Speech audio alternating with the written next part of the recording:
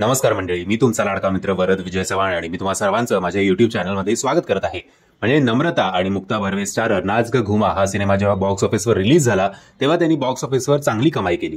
म्हणजे गेलं वर्ष 2 वर्ष जर आपण बघितलं तर बायकांच्या अवतीभोवती असणारे सिनेमे जो विषय असतो तो असेच सिनेमे मराठीमध्ये सध्या बॉक्स ऑफिसवर चांगली कामगिरी करतायत. एक जुनं फर्निचर एक्सेप्शन आहे. जुनं फर्निचरने सुद्धा बऱ्यापैकी चांगली कामगिरी बॉक्स ऑफिसवर केली.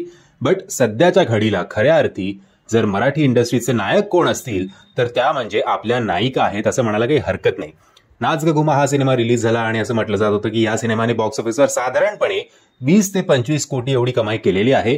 नो डाऊट बाकीच्या रिजनल इंडस्ट्रीपेक्षा तरी सुद्धा ही कमीच आहे. पण त्यातल्या त्यात वाईटातून काहीतरी चांगलं जर बघायला गेलं तर ऍटलिस्ट या सिनेमाने स्टारडमवर जे काय आहे ते कलेक्शन केलेलं आहे. सो ओव्हरऑल 20 ते 25 कोटींच्या आसपास या सिनेमाची कमाई झालेली आहे लाईफ टाईम कलेक्शन. अजून जर अपडेटेड तुमच्याकडे काही कलेक्शन असेल तर कृपया आम्हाला कमेंटच्या माध्यमातून कळवा. बाकी सध्या हा सिनेमा आता OTTवर स्ट्रीम होतोय.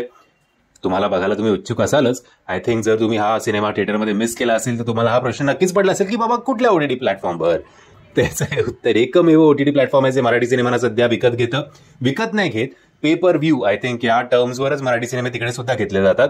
सॅटेलाइट राईट्स मध्ये सुद्धा मराठी सिनेमा मार खातोय कारण थिएटरमध्ये आपले सिनेमे चालत नाहीत म्हणून.